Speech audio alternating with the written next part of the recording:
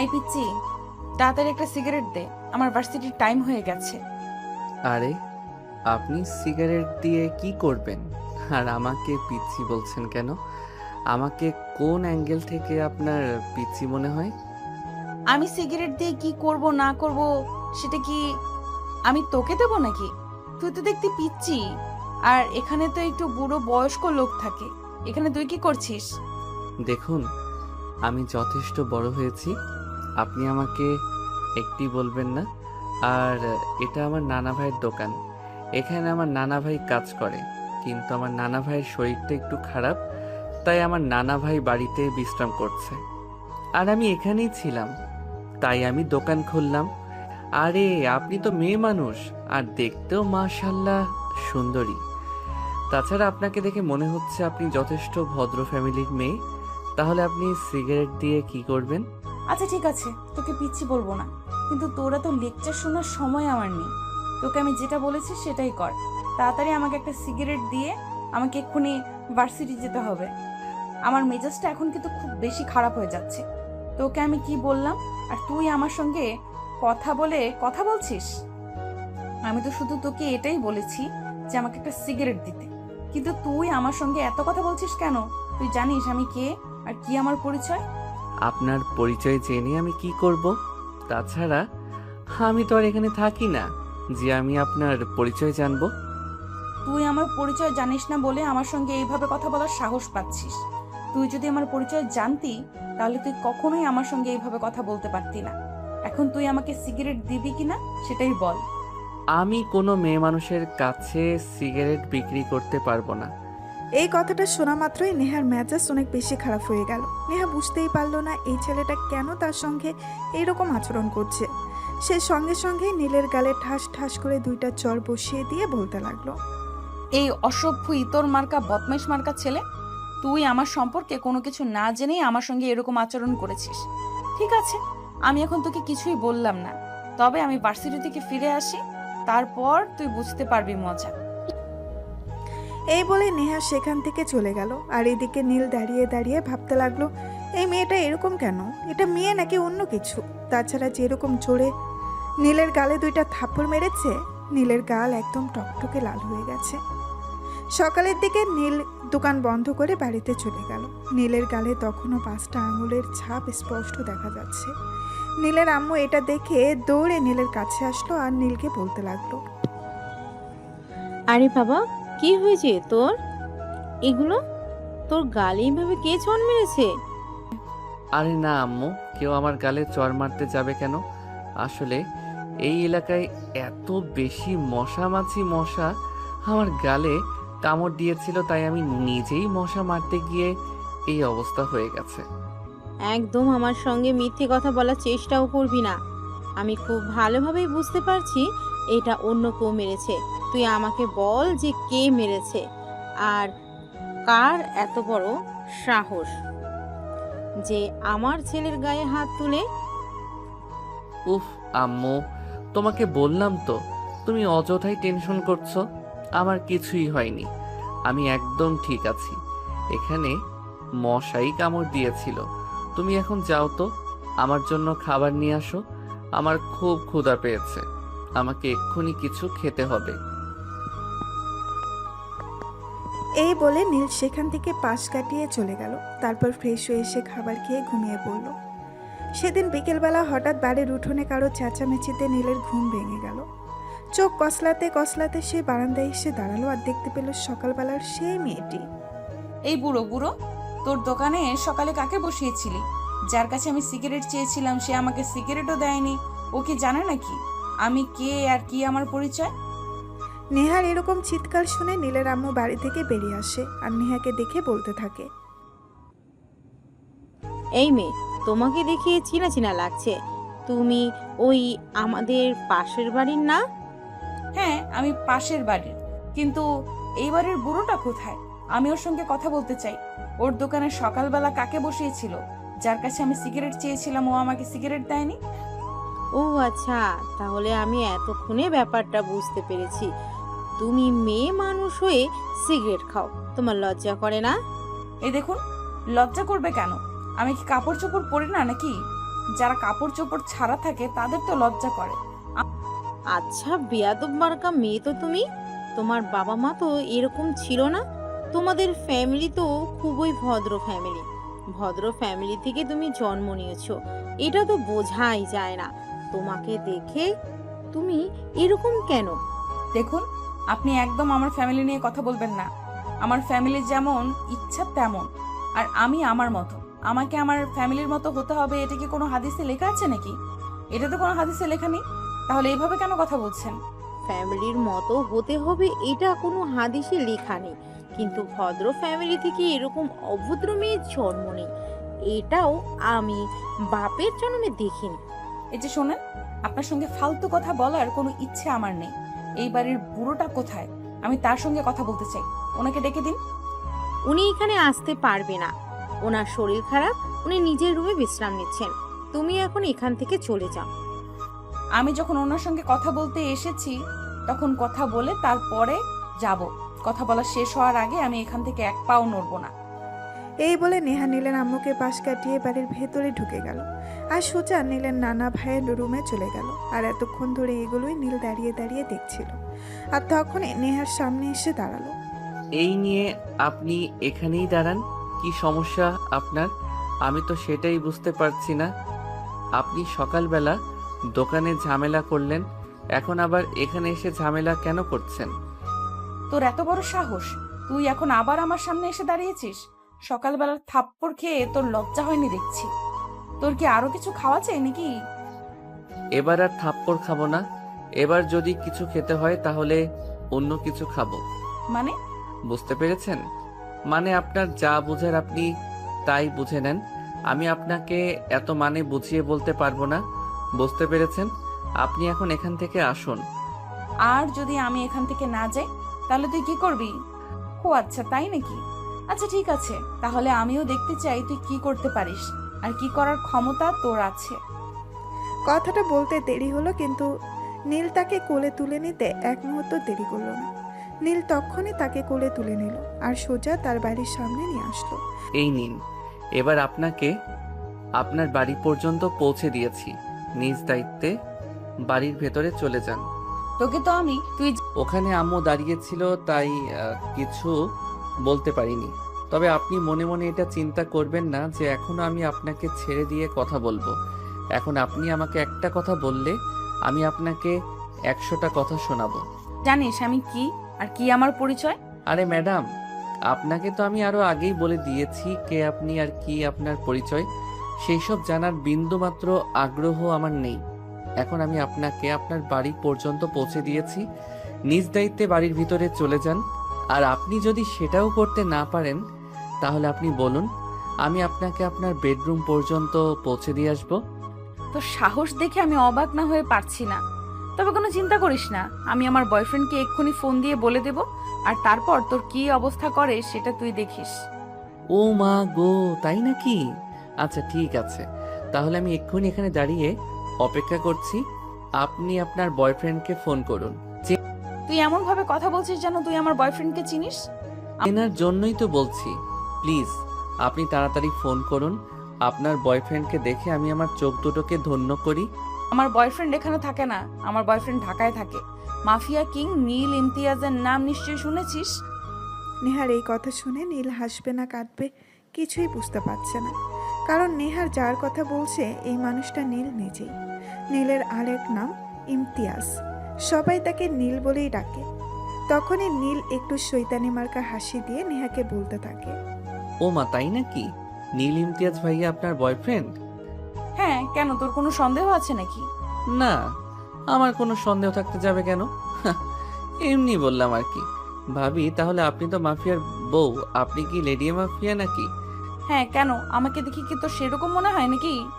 না মানে আসলে আমি যতদূর জানি নীল ইমতিয়াজ প্রেম তো অনেক দূরের কথা, মেয়েদের সঙ্গে খুব একটা কথাও বলে না।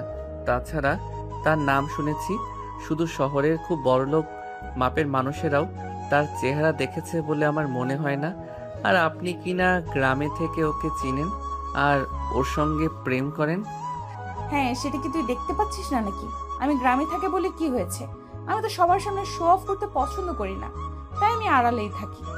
ও আচ্ছা, তাই নাকি? তাহলে তো আপনি খুব ভালো মানুষ। আচ্ছা, আপনি একটা কাজ করতে পারবেন? আপনার বয়ফ্রেন্ডের সঙ্গে আমাকে একবার একটু দেখা করিয়ে দিতে পারবেন? ওনার সঙ্গে আমার একটু দরকার ছিল। আমার বয়ফ্রেন্ডের সঙ্গে আপনার কি দরকার সেটা আপনি আমার সঙ্গেই বলুন, আমি পারলে আপনাকে করে দেব। কিন্তু আমি কেন আপনাকে আমার বয়ফ্রেন্ডের সঙ্গে দেখা করিয়ে দিব? আমার বয়ফ্রেন্ড যাত্রার সঙ্গে দেখা করে না। কিন্তু ম্যাডাম, আমার ওনার সঙ্গে দরকার, আমার ওনাকেই বলতে হবে। প্লিজ, আপনি তো খুব ভালো মনের মানুষ, তাই আমাকে ওনার সঙ্গে একটু দেখা করিয়ে দিন। আমি আপনার কাছে চিরকৃতজ্ঞ থাকব। বললাম তো আমি আপনাকে আমার বয়ফ্রেন্ডের সঙ্গে দেখা করাতে পারবো না। আপনার যদি কোনো দরকার থাকে তাহলে আপনি আমার সঙ্গে বলতে পারেন, আমি আপনার সমস্যার সমাধান করে দেব। কিন্তু আমার বয়ফ্রেন্ড যার সঙ্গে ইচ্ছা তার সঙ্গে দেখা করে না। আচ্ছা ঠিক আছে, আপনি যদি আপনার বয়ফ্রেন্ডের সঙ্গে দেখা করিয়ে না দেন তাহলে আর কি করব। আচ্ছা, আমি তাহলে আসি। এই বলে নীল সেখান থেকে চলে আসে। অপরদিকে নেহা বাড়ির ভেতরে চলে যায়। আজ বাড়িতে আসতে মোটামুটি আধা ঘন্টার মতো লেট হয়েছে। এটা দেখে তার আম্মু তাকে প্রশ্ন করে। কি ব্যাপার নেহা, তুমি তো প্রতিদিন বিকেল 3টার মধ্যেই বাসায় পৌঁছে যাও, কিন্তু আজ তো বিকেল 3:30 বেজে গেছে, তোমার এতক্ষণ লেট হলো কেন? আমি যাই কিছু করি না কেন সব ব্যাপারে কি তোমাদের পরিচয় দিতে হবে নাকি? আমার তো বাহিরে কোনো দরকার থাকতে পারে আর সেই জন্য লেট হতে পারে, তাই বলে তোমাদের কাছে কৈফিয়ত দিতে হবে নাকি? এখানে কৈফিয়ত দেওয়ার কি আছে আমি সেটাই বুঝতে পারলাম না। আমি তোমার আম্মু, আমি তোমাকে এইটুকু প্রশ্ন করতেই পারি, তুমি কেন এরকম করছো? একজন মানুষ নিজের প্রয়োজনেই বাইরে সময় কাটায়, প্রয়োজন ছাড়া কেউ কখনো বাইরে থাকে না, এটা তোমার বোঝা উচিত। এরপর নেহা তার আম্মুকে আর কোনো কথা বলার সুযোগ না দিয়েই সেখান থেকে নিজের রুমে চলে আসে। ড্রেস চেঞ্জ করে ফ্রেশ হয়ে মোবাইল টিপতে থাকে। তখনই হঠাৎ সে দেখতে পায় তার ফেসবুকে একটা ফেসবুক আইডি থেকে ফ্রেন্ড রিকোয়েস্ট এসেছে। সঙ্গে সঙ্গে সে আইডিতে ঢুকলো। আইডিতে ঢুকে তো তার চক্ষু একদম চড়ক গাছ, কারণ সেই ফেসবুক আইডির নাম নীল ইমতিয়াজ। তার স্বপ্নের মানুষটা তাকে ফ্রেন্ড রিকোয়েস্ট পাঠিয়েছে, এটা সে ভাবতেই পারছে না। তখনই সে সঙ্গে সঙ্গেই মেসেজ করলো।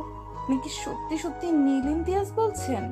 হ্যাঁ, আপনার সঙ্গে আমার একটু কথা আছে, তাই আমি আপনাকে ফ্রেন্ড রিকোয়েস্ট পাঠিয়েছি। হ্যাঁ বলুন না, আপনি কি বলবেন? আপনি তো আমার স্বপ্নের সেই পুরুষ, যাকে নিয়ে আমি প্রতিদিন স্বপ্ন দেখি, যার কথা আমি সবার কাছে বলে বেড়াই। হ্যাঁ, আমি এই ব্যাপারেই আপনার সঙ্গে কথা বলতে চাই।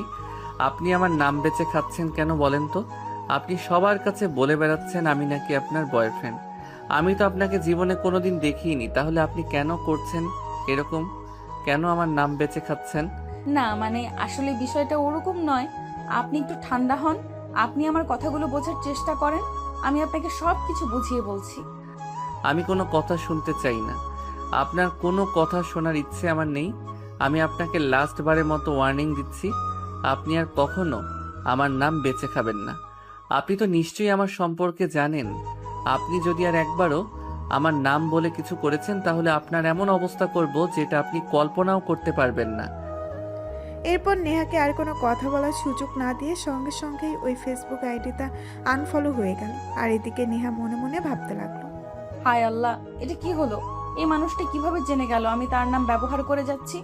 এখন কি হবে? এখন তো আর কেউ আমাকে ভয় পাবে না। সবাই তো মনে করতো নীল ইমতিয়াজ আমার বয়ফ্রেন্ড, সবাই আমাকে অনেক সম্মান করে আর ভয়ও পেত। কিন্তু এখন যদি সবাই জানতে পারে যে নীল ইমতিয়াজ আসলে আমার পরিচিত কেউ নয়, তখন কি হবে? এরপর দেখতে দেখতে আরো বেশ কয়েকদিন সময় চলে গেল। সেদিন নীল আর তার আম্মু শহরে চলে যাবে, তখনই হঠাৎ নেহার সঙ্গে দেখা হয়। নীল তার আম্মুর বাড়ির সামনে এসে দাঁড়িয়েছে। তখনই নেহা সেদিক দিয়ে যাচ্ছিল। নীল তাকে ডেকে দাঁড় করালো আর বলতে লাগলো, এক্সকিউজ মি ম্যাডাম, আমরা চলে যাচ্ছি, আপনার সঙ্গে একটু কথা বলার ছিল। আমার এখন সময় নেই, আমি আপনার সঙ্গে কথা বলতে পারবো না। কেন ম্যাডাম, নীল ইমতিয়াজের সঙ্গে ব্রেকআপ হয়ে গেছে নাকি? এসব আপনি কি বলছেন? আপনি আমার ভালোবাসার মানুষের সঙ্গে আমার কেন ব্রেকআপ হয়ে যাবে? সে আমাকে নিজের জীবনের চাইতেও বেশি ভালোবাসে, সে কখনো আমার সঙ্গে ব্রেকআপ করবে না। তাহলে যে আমি আপনাকে বলেছিলাম আপনার বয়ফ্রেন্ডের সঙ্গে আমাকে একটু কথা বলিয়ে দিতে, সেটা আপনি করলেন না। আমি তো বলেছিলাম আপনার বয়ফ্রেন্ডের সঙ্গে আমার একটু দরকার আছে, কিন্তু আপনি তো এরপর আর আমার সঙ্গে দেখাই করলেন না। আমি তো আপনাকে বলেছি আপনার কি দরকার আপনি সেটা আমার সঙ্গে বলুন, আমি আমার বয়ফ্রেন্ডের সাথে কথা বলে আপনার সমস্যার সমাধান করে দেব। ম্যাডাম প্লিজ দেন না ওনার নাম্বারটা। আমি একবার নিজে ওনার সঙ্গে সরাসরি কথা বলে আমার সমস্যাটা সমাধান করতে চাই প্লিজ। এই আপনি জানতো এখান থেকে, আপনার সঙ্গে অযথাই প্যাচাল করার কোনো সময় আমার নেই, আমি এখন যাচ্ছি। এই বলে নেহা সেখান থেকে চলে গেল। আর এদিকে নীল মুসকে মুসকে হাসতে লাগলো। এটা দেখে তার আম্মু বলতে লাগলো, কি ব্যাপার নীল, এই মেয়েটার সঙ্গে তুই কি ব্যাপারে কথা বলছিলি? আমি তো কিছুই বুঝতে পারলাম না। না আম্মু, সেরকম কোনো ব্যাপার না। আসলে উনি আমার সিনিয়র, ক্লাসে পড়াশোনা করেন, তাই পড়াশোনার ব্যাপারেই ওনার সঙ্গে একটু কথা বলছিলাম আর কি। কিন্তু আমার কেন জানি মনে হলো তুই অন্য কোনো বিষয় নিয়ে কথা বলছিলি। না আম্মু, একদমই সেরকম কোনো বিষয় নেই। এমনি চলো না যাওয়া যাক। এই বলে নীল তার আম্মুকে নিয়ে গাড়িতে উঠে বসে আর ঢাকার উদ্দেশ্যে রওনা দিল। ঢাকায় এসে পৌঁছাতেই সন্ধ্যা হয়ে গেল। নীল বাসায় এসে প্রায় শুয়ে লম্বা একটা ঘুম দিল। ঘুম ভাঙলো রাত 11টায়। তার মায়ের ডাকে ঘুম থেকে উঠে রাতের খাবার খেয়ে তারপর আবারও বিছানায় চলে যায় আর মোবাইল টিপাটিপি করতে থাকে। তখনই হঠাৎ তার মনে পড়ল নেহার কথা। সে মনে মনে ভাবলো এবার নেহার সঙ্গে একটু কথা বলে মজা নেওয়া যাক। তাই সে তখনই নেহার ফেসবুক আইডিতে, এই ম্যাডাম, আপনাকে না বলেছিলাম আপনি আমার নাম বিক্রি করে খাবেন না, তারপরও আপনি আজ বাবার আমাকে নিয়ে একজনের সঙ্গে কথা বলেছেন। আরে আপনি সেটা জানলেন কি করে? আপনি কি আমার পেছনে গোয়েন্দা লাগিয়েছেন নাকি?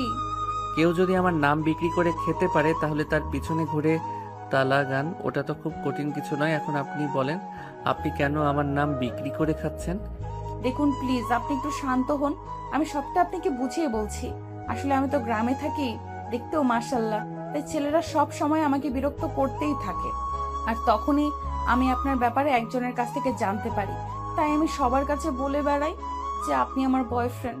কোনো ছেলে যখন আমাকে বিরক্ত করতে আসে আর যখন সে জানতে পারে আপনি আমার বয়ফ্রেন্ড, তখন আমাকে আর বিরক্ত করে না, সেখান থেকে সোজা পালিয়ে যায়। কিন্তু এখন যদি আমি আপনাকে বলি এতদিন ধরে আমার নাম বেঁচে খাওয়ার জন্য এখন আপনাকে পানিশমেন্ট পেতে হবে, তখন আপনি কি করবেন? না প্লিজ আপনি আমার সঙ্গে এরকমটা করবেন না, আমি না বুঝে এরকম করে ফেলেছি, আর কখনোই এরকম করব না। প্লিজ আপনি আমাকে ক্ষমা করে দিন। না ডার্লিং, সেরকমটা হবে না। তুমি যখন ভুল করেছো তখন ভুলের মাসুল তোমাকে দিতেই হবে, পানিশমেন্ট তোমাকে পেতেই হবে। পানিশমেন্ট পাওয়া ছাড়া তোমার আর কোনো পথ খোলা নেই। প্লিজ আপনি আমাকে ক্ষমা করে দিন, আমি আর কখনোই এরকম করব না, এই যে আপনাকে কথা দিচ্ছি। আপনার কথাই তো আমার সেরকম কোনো লাভ হবে না, তাই আমি ঠিক করেছি। আপনি যখন সবার কাছে বলে বেরিয়েছেন যে আমি আপনার বয়ফ্রেন্ড, তাই আমি আপনাকে আমার গার্লফ্রেন্ড বানাতে চাই। শুধু গার্লফ্রেন্ড বললে ভুল হবে, আমি আপনাকে আমার বউ বানাতে চাই। না দয়া করে আপনি এরকমটা করবেন না, আপনার মতো মাফিয়ার আর বউ হওয়ার কোনো ইচ্ছা আমার নেই। প্লিজ আপনি আমাকে ক্ষমা করে দিন। আপনি কোনো দিনও ক্ষমা পাবেন না, আপনাকে আমার বউ হতেই হবে। এরপর নেহাকে আর কোনো কথা বলার সুযোগ না দিয়ে নীল ডাটা অফ করে অফলাইন হয়ে গেল আর বিছানায় শুয়ে ঘুমিয়ে পড়ল। আর এদিকে নেহা মনে মনে ভাবতে লাগলো, হায় আল্লাহ, এটা আমি কি করলাম? নিজের কালকে নিজেই নিয়ে আসলাম, নিজের বিপদ নিজেই ডেকে আনলাম। কেন আমি এরকমটা করতে গেছিলাম? এখন কি আমাকে সত্যি সত্যি মাফিয়ার বউ হতে হবে? তাহলে তো আমার জীবনটাই বরবাদ হয়ে যাবে।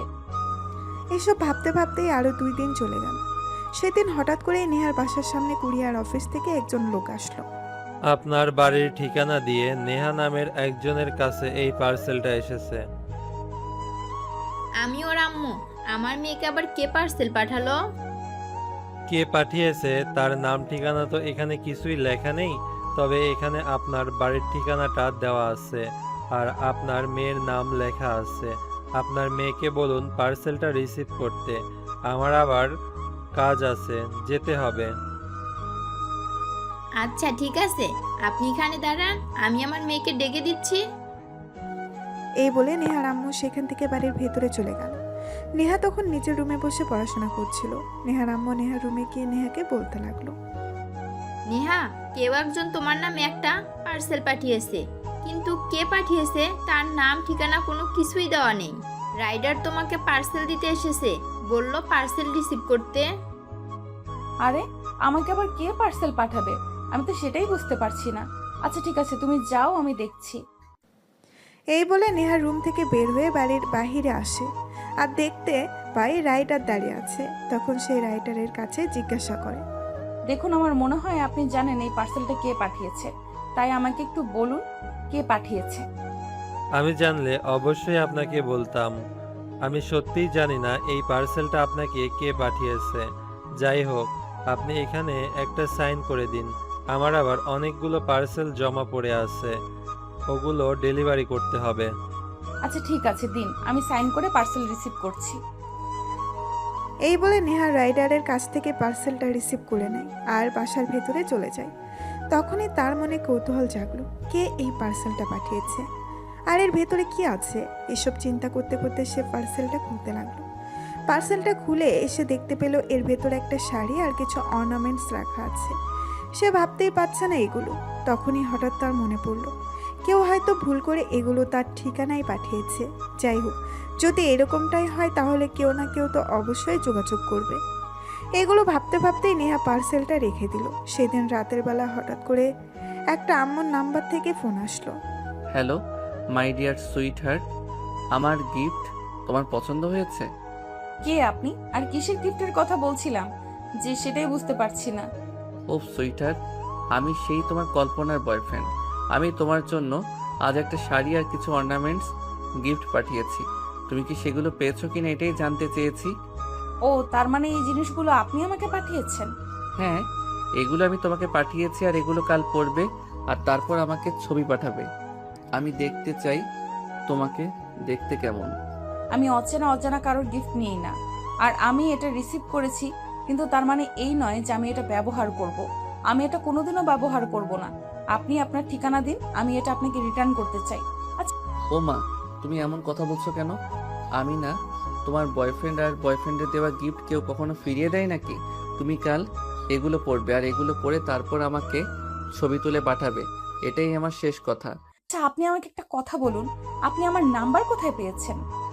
নাম্বার পাওয়া খুব কঠিন কিছু নয়। আমি যেখানে তোমার ফেসবুক আইডি জোগাড় করতে পেরেছি সেখানে তোমার নাম্বার পাওয়াটা কি আমার জন্য খুব কঠিন কিছু? যাই হোক, তোমাকে যেটা বলেছি সেটাই করবে। কাল আমার দেওয়া গিফটগুলো পড়ে তারপর আমাকে ছবি পাঠাবে। আমি আপনাকে বললাম না আমি অপরিচিত কারোর কাছ থেকে দেওয়া কোনো কিছু ব্যবহার করি না। দেখো, তুমি কিন্তু আমার সম্পর্কে ডিটেলসের সব কিছুই জানো, তাই এমন কিছু করবে না যাতে আমি প্রচণ্ড পরিমাণে ক্ষেপে যাই। আর যদি আমি ক্ষেপে যাই তাহলে এর পরিণাম কি হবে সেটা কিন্তু তুমি আন্দাজ করতে পারছো। সো যা করবে চিন্তা ভাবনা করে করবে। এই বলে দিল ফোনটা কেটে। আর নেহা মনে মনে ভাবতে লাগলো, কেন নিজে নিজেই খাল কেটে কুমির আনতে গেলাম? যদি সবার সঙ্গে এরকম কথা না বলতাম তাহলে তো আর আজ আমাকে এই বিপদে পড়তে হতো না। যাই হোক, যা হয় দেখা যাবে। এই বলে নেহা ফোনটা রেখে নিজের কাজ করতে থাকে। পরের দিন দুপুর 2টার দিকে নেহার নাম্বারে একটা মেসেজ আসে। কি ব্যাপার সুইটার, তোমাকে না বলেছিলাম আমার পাঠানো শাড়িটা পরে ছবি পাঠাতে, কিন্তু তুমি এটা করলে না কেন? আমি তোমাকে 1 ঘন্টা সময় দিচ্ছি, এই 1 ঘন্টার মধ্যে আমাকে ছবি পাঠাবে। তা না হলে কিন্তু আমি নিজেই তোমার বাসা পর্যন্ত চলে আসব। আর তারপর কি হবে সেটা আশা করি না বললেও চলবে। মেসেজটা দেখে নেহার মনে অনেকটা ভয় কাজ করতে লাগলো। এই ছেলেটা যদি সত্যি সত্যি নেহার বাসায় চলে আসে তাহলে কি হবে। তাই সে তাড়াহুড়া করে ওই শাড়িটা পরে নিল আর তারপর রেডি হয়ে বাড়ির বাগানের দিকে চলে গেল ছবি ওঠানোর জন্য।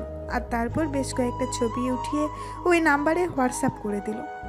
তখনই নীল তাকে মেসেজ দিল, বাহ, অপশরীটাকে তো শাড়ি পরলে ভালোই লাগে।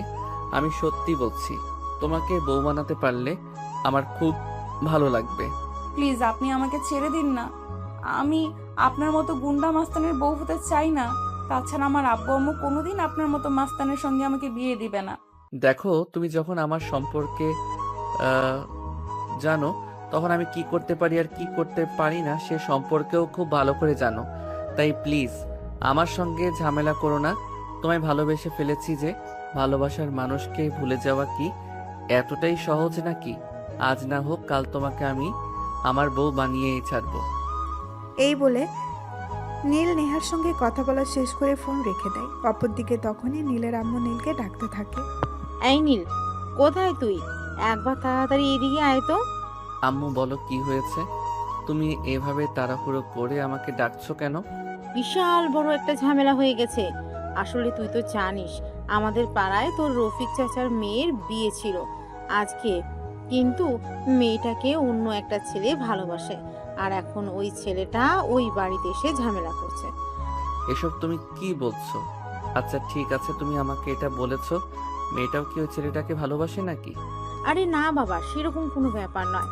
আসলে ছেলেটা একটু ফাজিল টাইপের। বলতে পারিস মেয়েটা যখন ভার্সিটিতে যেত তখন মেয়েটাকে ডিস্টার্ব করতো। মেয়েটা ওই ছেলেটাকে একটুও পছন্দ করে না, আর বলতে পারিস এই কারণেই সে তার বাবার পছন্দ করা ছেলেকে বিয়ে করে নিচ্ছে। তাছাড়া এটা তো আমাদের পাড়ার সবাই জানে ওই মেয়েটা পড়াশোনায় খুবই ভালো। পড়াশুনো করে একটা চাকরি বাকরি করার ইচ্ছে ছিল, কিন্তু ওই ছেলেটার অত্যাচারে অতিষ্ঠিত হয়ে এই ছেলেটার অত্যাচারে অতিষ্ঠ হয়ে মেয়েটা বিয়ে করতে চলেছে, কিন্তু এখানে এসেও ঝামেলা শুরু হয়ে গেল। ও আচ্ছা, এই ব্যাপার। এটা তো তোমরা আমাকে আরো আগে বললেই পারতে, তাহলে তো কবে এই ঝামেলার সমাধান হয়ে যেত। আচ্ছা ঠিক আছে, প্রবলেম নেই, তুমি নিশ্চিন্তে থাকো, আমি ওখানে যাচ্ছি, সমস্যার সমাধান করে তারপরেই ফিরবো। এই বলে নীল বাসা থেকে বের হয়ে গেল সোজা তাদের পাশের বাড়িতে। সেখানে গিয়ে সে দেখতে পেল সত্যি সত্যি ওরকম ঝামেলা হচ্ছে। তখনই নীল ওই ছেলেটার কাছে গেল আর ছেলেটাকে উদ্দেশ্য করে বলল, এই বিজয়, কি সমস্যা তোর? তুই এখানে ঝামেলা করছিস কেন? দেখ নীল, আমি খুব ভালো করেই জানি তুই এখানে কেন এসেছিস। আমি তোকে রিকোয়েস্ট করে বলছি তুই এখান থেকে চলে যা, আমার ব্যক্তিগত ব্যাপারে নাক গলাতে আসিস না। দেখ, আমার নাথ যখন আছে তখন তো সেটা বলতেই পারে। এটা যে তোর, আমি বাধা দিয়ে রাখতে পারি না। এখন তোকে যেটা জিজ্ঞাসা করছি তুই আমাকে সেটাই বল, তুই এখানে কেন এসেছিস আর এখানে ঝামেলাই বা কেন করছিস? আমার ভালোবাসার মানুষের অন্য একটা মানুষের সঙ্গে বিয়ে হয়ে যাচ্ছে, এখানে আমি ঝামেলা করব না তো কি করব? তুই কি তোর ভালোবাসার মানুষকে নিজের ইচ্ছায় অন্য একজনের হাতে তুলে দিতি নাকি? তুই রূপাকে ভালোবাসিস তাই তো? আচ্ছা ঠিক আছে, তুই চল আমার সঙ্গে। রূপা যদি বলে সেও তোকে ভালোবাসে তাহলে আমি নিজে দাঁড়িয়ে থেকে তোদের দুজনের বিয়ে দেব। কিন্তু যদি রূপা একটাবার অস্বীকার করে যে সে তোকে ভালোবাসে না, তাহলে তোর কি পরিণাম হবে সেটা তুই ভাবতেও পারছিস না। এই বলে নীল বিজয়ের হাত ধরে টানতে টানতে বাড়ির ভেতরে নিয়ে গেল। সেখানে রূপা বসেছিল। ঠিক ওই ঘরটায় রূপা তাদের দুজনকে এভাবে রুমে ঢুকতে দেখে অনেকটা ভয় পেয়ে যায় আর তাড়াহুড়া করে বিছানা থেকে নেমে দাঁড়ায়। এই রূপা, তুই কি বিজয়কে ভালোবাসিস? একদম সত্যি কথা বলবি, আর আমার সঙ্গে মিথ্যে কথা বলে এর পরিণাম কি হয় সেটা তো তুই খুব ভালো করে জানিস। নীল ভাইয়া, এসব তুমি কি বলছো? এই বকাটে ছেলেকে আমি কেন ভালোবাসতে যাব? তুমি তো জানোই আমার কথা, স্বপ্ন ছিল পড়াশোনা শেষ করে বাবা মায়ের পাশে দাঁড়াবো, কিন্তু এই ছেলেটা ইদানিং আমাকে এত পরিমাণ বিরক্ত করা শুরু করে দিয়েছে যে আমার ভার্সিটি যাওয়া বন্ধ হওয়ার উপক্রম। তাই তো আমি বাবা মায়ের পছন্দ করা ছেলেকে বিয়ে করতে চলেছি, আর এখানে এসে ঝামেলা শুরু করে দিয়েছে। কিন্তু বিজয় তো বলছে বিজয় নাকি তোকে ভালোবাসে, আর তোদের মধ্যে নাকি ভালোবাসার সম্পর্ক আছে। না নীল ভাইয়া, ও একদম মিথ্যা কথা বলছে। ওর সঙ্গে আমার কেন ভালোবাসা সম্পর্ক থাকতে যাবে? তাছাড়া তুমি তো পাড়াতেই থাকো, কখনো কি আমার সম্পর্কে এরকম কোনো কথা শুনেছো যে আমি কোনো ছেলের সঙ্গে প্রেম করে বেড়াচ্ছি? হ্যাঁ, এটা আমি খুব ভালো করেই জানতাম, তাই আমি বিজয়ের সামনে তোকে দিয়ে এটা বলাতে চেয়েছিলাম, তাই বিজয়কে এখানে নিয়ে এসেছি। রফিক চাচা, আপনি আপনার মেয়ের বিয়ে শুরু করেন, এরপর যদি কোনো ঝামেলা হয় সেটা আমি সামলে নেব। বিজয়, তুই চল আমার সঙ্গে। না, আমি যাব না এখান থেকে, আমি কোনোভাবেই যাব না। আমার ভালোবাসার মানুষ আমাকে ছেড়ে অন্য একজনের কাছে চলে যাবে, আমি দাঁড়িয়ে দাঁড়িয়ে দেখতে পারবো না। আমি আমার ভালোবাসার মানুষকে কোনোভাবেই হারাতে পারবো না। রূপা তার বাবা মায়ের হয়ে মিথ্যা কথা বলছে, কিন্তু রূপাকে আমি ভালোবাসি আর সেও আমাকে ভালোবাসে। আমি রূপাকে এখান থেকে নিয়ে তারপর যাব। রূপাকে ছাড়া আমি এখান থেকে এক চুল নড়ব না। আমি বুঝতে পেরেছি, এভাবে কাজ হবে না। এটা বলে নাই। তখনই আর এক মুহূর্ত দেরি না করে বিজয়কে মারতে শুরু করে। এমন মার মারে বিজয় উঠে দাঁড়ানোর শক্তি পর্যন্ত রাখে না। আর তারপর সেখান থেকে সোজা হসপিটালে পাঠিয়ে দেয়। আর এদিকে রূপার বিয়েও প্রায় শেষের পথে। তখনই নীল আবার রূপার সঙ্গে দেখা করতে আসে। রূপা, ঝামেলা সব শেষ করে দিয়েছি। এখন তুই নিশ্চিন্ত মনে শ্বশুর বাড়ি যেতে পারিস। বিজয় আর কোনোদিন তোর সামনে এসে দাঁড়ানোর সাহসটাও দেখানোর সাহস পাবে না। তোমাকে অসংখ্য ধন্যবাদ নীল ভাইয়া। তুমি না থাকলে আজ হয়তো আমার বিয়েটাই হতো না, আর সারা জীবন হয়তো আমাকে একটা সমস্যার সম্মুখীন হয়ে বেঁচে থাকতে হতো। আরে ধন্যবাদ দেওয়ার কি আছে, তুই তো আমার বোনের মতোই। আর ভাই হয়ে বোনের এইটুকু উপকার যদি করতে না পারি তাহলে আমি কেমন? আচ্ছা ঠিক আছে, এখন তুমি নিশ্চিন্ত মনে শ্বশুর বাড়ি যাও। এই বলে নীল বাড়িতে ফিরে আসে। আর বাড়িতে ফিরে আসতে তার আম্মুকে বলতে থাকে, কি ব্যাপার নীল, ঝামেলা শেষ করে এসেছিস তো? এটা নিয়ে আবার পরবর্তীতে অন্য কোনো ঝামেলা হবে না তো? না, একদমই না। আর তুমি তো তোমার ছেলের সম্পর্কে খুব ভালো করেই জানো। তোমার ছেলে যখন কোনো সমস্যার সমাধান করতে যায় তখন সেটা সমাধান না হওয়া পর্যন্ত সে এর পিছু ছাড়ে না। হ্যাঁ, সেটা তো আমি জানি, আর জানি বলেই তো তোকে পাঠিয়েছি। আচ্ছা ঠিক আছে, এখন নিজের রুমে গিয়ে বিশ্রাম কর। আমি তোর জন্য খাবার পাঠিয়ে দিচ্ছি, খাবারটা খেয়ে নিস। নীল তখন কোনো কথা না বলে নিজের রুমে চলে গেল। কিছুক্ষণ পর আম্মু তার ছোট বোনকে দিয়ে তার জন্য খাবার পাঠায়। অপরদিকে নীল নেহাকে মেসেজ করছিল। আমার জান পাখিটা কি করছে? মেসেজটা নেহার কাছে পৌঁছানোর আগে নীল এর ছোট বোন প্রিয়া সেটা দেখে ফেলে। কি ব্যাপার, আমার হাবাগোবা ভাইটাও দেখছি প্রেম করতে শুরু করেছে নাকি? ওই দেখো, একদম বেশি কথা বলার চেষ্টা করবি না। আমি প্রেম করতে যাব কেন? আর তোকে কে বলেছে আমি প্রেম করছি? এই তো আমি দেখতেই পেলাম তুমি কাউকে কিছু একটা মেসেজ করলে, আর আমাকে দেখে তাড়াহুড়ো করে মোবাইলটি লুকিয়ে ফেললে। এটা মানুষ তখনই করে যখন মানুষ কারো প্রেমে পড়ে। দেখ, একদম বেশি বাল পাকনামো করবি না, তাহলে কিন্তু চটকরা মেরে তোর সব কটা দাঁত ফেলে দিব বলে দিলাম। এত কথা বলতে তোকে কে বলেছে?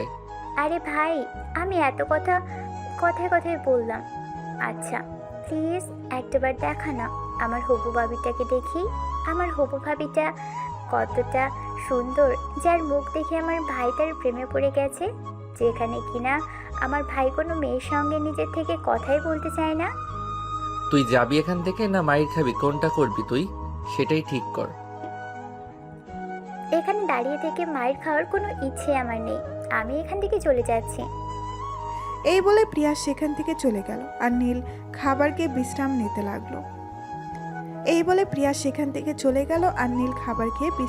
লাগলো। পরের দিন সকালবেলা ঘুম থেকে উঠতেই প্রিয়া নীলকে ডাকতে থাকে। ওই ভাইয়া, ভাইয়া কোথায় তুই? এখনো ঘুম থেকে উঠছিস না কেন? তাড়াতাড়ি একটু ঘুম থেকে ওঠ, আমাকে কলেজে পৌঁছে দিবে। সাত সকালবেলা আমার ঘুমের 12টা না বাজালে তোর ভালো লাগে না বুঝি? কেন, তুই আমাকে ঘুম থেকে ডেকে তুলেছিস?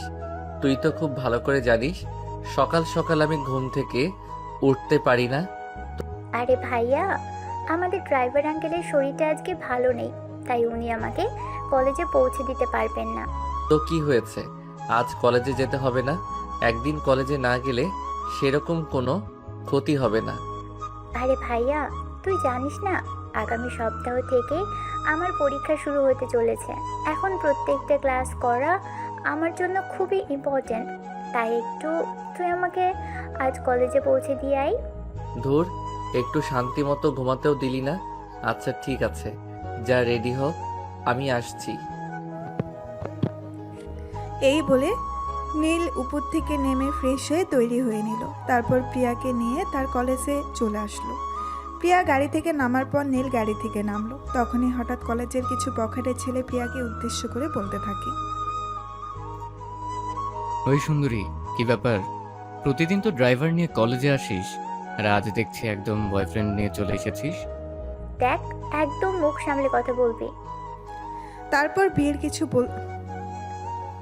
তারপর প্রিয়া কিছু বলতে চাইলে নীল তাকে কিছু বলতে না দিয়ে ক্লাসরুমে চলে যেতে বলে। আর প্রিয়াকে এটা বলল যে সে এই ব্যাপারটা দেখে নেবে। এদিকে প্রিয়া তার ভাইয়ের কথা অক্ষরে অক্ষরে পালন করে, তাই সে কোনো কথা না বলে চুপচাপ নিজের ক্লাসরুমে চলে গেল। আর এদিকে বখাটে ছেলেগুলো প্রিয়াকে দেখে হাসতে লাগলো। ছেলেগুলো সামনে দাঁড়িয়ে বলতে লাগলো, কি ব্যাপার, তোমরা ওকে নিয়ে এভাবে মজা করছো কেন? মজা করবো না তো কি করব? এতদিন তো ড্রাইভার নিয়ে কলেজে আসতো, আর আজ একদম বয়ফ্রেন্ড নিয়ে কলেজে চলে এসেছে। আর ওই যে কলেজে এত সুন্দর হ্যান্ডসাম ছেলেগুলো রয়েছে, আমাদের দিকে একটাবার পাত্তাও দেয় না, আর সেখানে কিনা বাইরে থেকে বয়ফ্রেন্ড নিয়ে আসে। তোমরা কি করে জানলে যে আমি ওর বয়ফ্রেন্ড হই? এখানে জানার আর বোঝার কি আছে? দেখেই মনে হচ্ছে দেখো, চোখের দেখা সবসময় ঠিক হয় না, লোকের দেখাই ভুল থাকতে পারে। তাই আমি তোমাদেরকে একটু ওয়ার্নিং দিয়ে যাচ্ছি, কোনো মেয়েকে ইফটিজিং করার আগে বুঝে নিবে এটা তার বয়ফ্রেন্ড নাও হতে পারে। আর ইফটিজিং করবেই বা কেন? তোমরা তো কলেজে পড়াশোনা করতে এসেছো, এখানে কোনো মেয়েকে টিচ করার অধিকার তো তোমাদের নেই।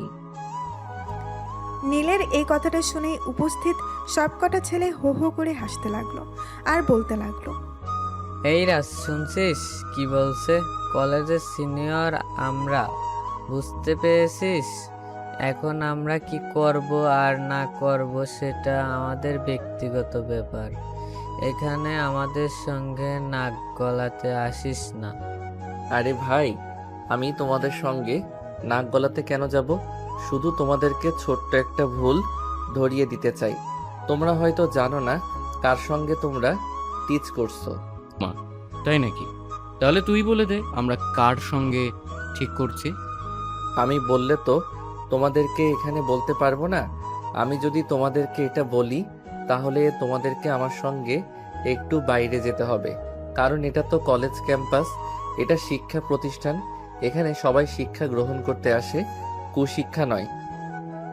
ও তাই নাকি? ঠিক আছে, চল তাহলে। চলো আমার সঙ্গে। ও এই বলে নীল ওই ছেলেগুলোকে নিয়ে সোজা একটা খোলা মাঠে চলে আসলো। ছেলেগুলো গাড়ি থেকে নেমে চারপাশটা একবার ভালো করে দেখে নিল, আর তারপর নীলের দিকে তাকিয়ে বলতে লাগলো, এই তুই আমাদেরকে এখানে নিয়ে এসেছিস কেন? মা, তোমরাই না একটু আগে বললে কার সঙ্গে টিচ করছো এটা জানতে চাও। এটা জানানোর জন্যই তো আমি তোদেরকে এখানে নিয়ে আসলাম। এটা একটা খোলা মাঠ। আমার চোখ দুটো একদম সম্পূর্ণ ঠিক আছে, আমি নিজেও দেখতে পাচ্ছি এটা একটা খোলা মাঠ। আর তোমাদেরকে এখানে এই জন্য নিয়ে এসে যে এখানে চারপাশে কেউ নেই, এখানে তোমাদের সঙ্গে যাই কিছু করি না কেন তার স্বাক্ষর প্রমাণ দেওয়ার জন্য কেউ থাকবে না। মানে তুই কি বলছিস? আমি তো কিছুই বুঝতে পারছি না। কিছুই বুঝতে হবে না, আমি তোমাদেরকে বুঝিয়ে দেব। এই বলে নীল সবকটাকে ইচ্ছে মতো পেটাতে শুরু করলো। মার খেয়ে সবকটার অবস্থা একদম দফা রফা। সবগুলোকে ইচ্ছে মতো মার দিয়ে তারপর নীল বলতে লাগলো, ঢাকা শহরে থাকিস যখন, তখন নীল ইমতিয়াজের নাম নিশ্চয়ই শুনেছিস, তাই না? হ্যাঁ, কিন্তু তার সঙ্গে আপনার কি সম্পর্ক? আমি নীল ইমতিয়াজ, আর আমার বোনের সঙ্গে তোরা টিচ করার চেষ্টা করিস। বস, আমাদের ভুল হয়ে গেছে, প্লিজ আপনি আমাদেরকে ক্ষমা করে দেন। আমরা আর কখনো এরকম করব না। আপনার বোনকে আমরা নিজের বোনের মতো দেখব। এখন থেকে আপনার বোনকে সবসময় আমরা পাহারা দিয়ে রাখবো। প্লিজ আপনি আমাদেরকে ক্ষমা করে দিন, আমরা আপনাকে চিনতে পারিনি। তাহলে এই কথাটা সবসময় মাথায় রাখবি। আমি নীল ইমতিয়াজ, আর আমার বোনের সঙ্গে তারা ইফটিজিং করার চেষ্টা করিস। আজকের পর যদি কখনো শুনেছি আমার বোন বাসা থেকে বের হওয়ার পর আর বাসায় পৌঁছানো পর্যন্ত কোনো জায়গায় কোনোভাবে ঝামেলায় পড়েছে, তাহলে এর পরিণাম কিন্তু তোদেরকে ভোগ করতে হবে, এটা মনে রাখিস।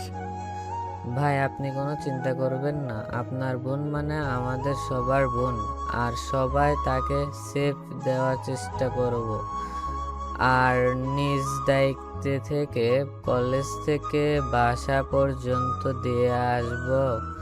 আর এর মধ্যে কেউ যদি ডিস্টার্ব করে তাহলে তাকে বুঝিয়ে দেব যে পিয়া নীল ইমতিহানের বোন। ঠিক আছে, তাহলে এটা সব সময় মাথায় রাখবি। এই বলে নীল সেখান থেকে ওই ছেলেগুলোকে ডাক্তারের কাছে নিয়ে গেল। তারপর তাদেরকে ট্রিটমেন্ট করিয়ে বাড়িতে পাঠিয়ে দিয়েছে।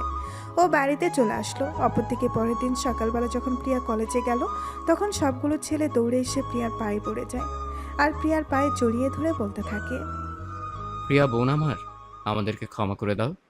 আমরা তোমার সঙ্গে এতদিন যা কিছু করেছি না জেনে করেছি, তুমি আমাদেরকে নিজের ভাই মনে করে ক্ষমা করে দাও। এখন থেকে তোমার প্রোটেক্টের ব্যবস্থা আমরা করব। আরে তোমরা কি করছো? তোমরা আমার পায়ে জড়িয়ে ধরেছো কেন? প্লিজ আমার পা ছাড়ো আর দূরে গিয়ে কথা বলো। না বোন, তুমি আমাদের যতক্ষণ এটা বলবে যে তুমি আমাদেরকে ক্ষমা করেছো, ততক্ষণ পর্যন্ত আমরা তোমার পা ছাড়বো না। তুমি আগে আমাদেরকে এটা বলো যে তুমি আমাদেরকে ক্ষমা করে দিবে, তাহলে আমরা তোমার পা ছেড়ে সরে দাঁড়াও। আর তা না হলে এখানেই তোমার পা জড়িয়ে ধরে দাঁড়িয়ে থাকবো। প্লিজ বোন আমার, আমাদেরকে ক্ষমা করে দাও, আমরা বুঝতে পারিনি। আচ্ছা ঠিক আছে, যাও, আমি তোমাদেরকে ক্ষমা করে দিলাম। তবে একটা কথা আমি তোমাদেরকে বলে দিচ্ছি, আমার ভাইয়ের জন্য তোমরা আমাকে নিজের বোন মনে করেছো, কিন্তু অন্য মেয়েদের সঙ্গে ঠিকই ইফটিজিং করবে।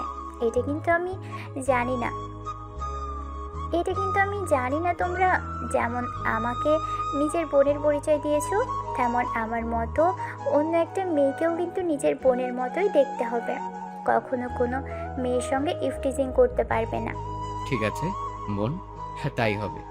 তুমি যা বলবে আমরা তাই করব, কিন্তু তারপরও তুমি আমাদেরকে ক্ষমা করে দাও। আচ্ছা ঠিক আছে, যাও, আমি তোমাদেরকে ক্ষমা করে দিলাম।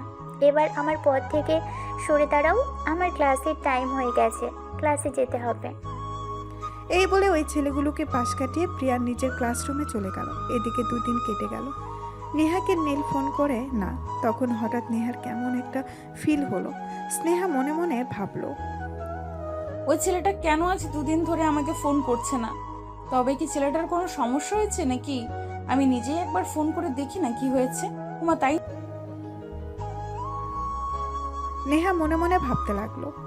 এই কথাটা মনে মনে ভেবে নেহা তখনই নীলের নাম্বারে ফোন দেয়। 2-3 বার রিং হওয়ার পরপরই ফোনটা রিসিভ করে, কিন্তু ওই দিন ফোনটা রিসিভ করে প্রিয়া।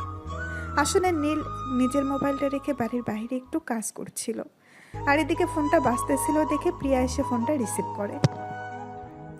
হ্যালো, আসসালামু আলাইকুম, কে বলছেন? নাকি? ভাইয়া তো বাড়ির বাইরে একটু কাজ করছে, কিন্তু আপনি কে? আপনাকে তো আমি চিনতে পারলাম না। ইনফ্যাক্ট এ নামে আমার ভাইয়ের পরিচিত কেউ আছে সেটাও তো আমার জানা নেই। তুমি আমাকে চিনতে পারোনি? আমি তোমার ভাইয়ার হবু বউ, মানে তোমার হবু ভাবি বলছি। ও, তার মানে আমার ধারণাই সঠিক। ভাইয়া লুকিয়ে লুকিয়ে তোমার কথা বলে। হ্যাঁ, তুমি একদম ঠিক কথাই বলেছো। তোমার ভাইয়া লুকিয়ে লুকিয়ে আমার সঙ্গে কথা বলে। আচ্ছা তুমি আমাকে একটা কথা বলো তো, তোমার ভাইয়া কি আসলেই মাস্তান? মানে আমি নীল ইমতিয়াজের কথা বলছি।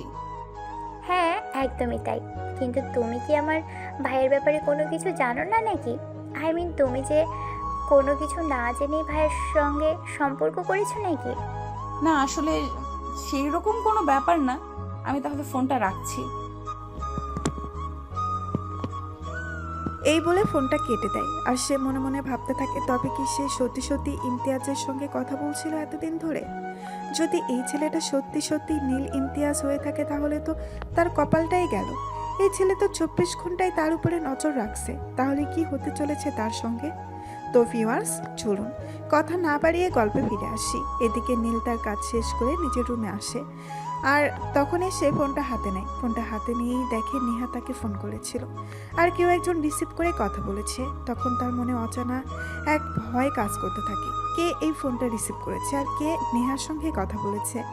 এই কথার চিন্তা করতে করতে সে তার বোন প্রিয়াকে নিজের রুমে ডেকে নিয়ে আর বলতে থাকে, আমার ফোনে কেউ একজন ফোন করেছিল। এই ফোনটা কে রিসিভ করেছে?